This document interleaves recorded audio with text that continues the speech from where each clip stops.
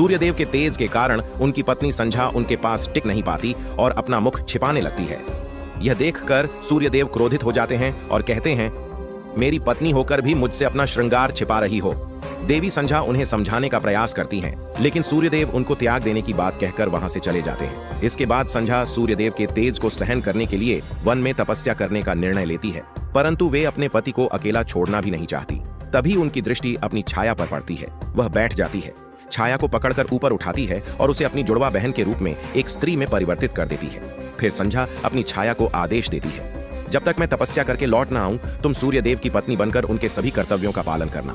फिर देवी छाया सूर्यदेव के साथ रहने लगती है। फिर कुछ दिनों बाद उन्हें एक संतान होती है और जब कुछ महीनों बाद देवी छाया के गर्भ में सूर्यदेव के दूसरे पुत्र शनिदेव पल रहे थे। सूर्यदेव के आने पर कमरे में रखा दर्पण पिघल जाता, लेकिन देवी छाया पर उसका कोई प्रभाव नहीं पड़ता। यह देखकर सूर्यदेव को अपनी पत्नी पर संदेह होने लगा।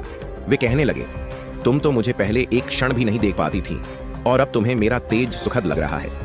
धीरे धीरे सूर्यदेव का यह संदेह बढ़ता गया और उन्होंने देवी छाया को पत्नी धर्म के सभी कर्तव्यों से दूर कर दिया।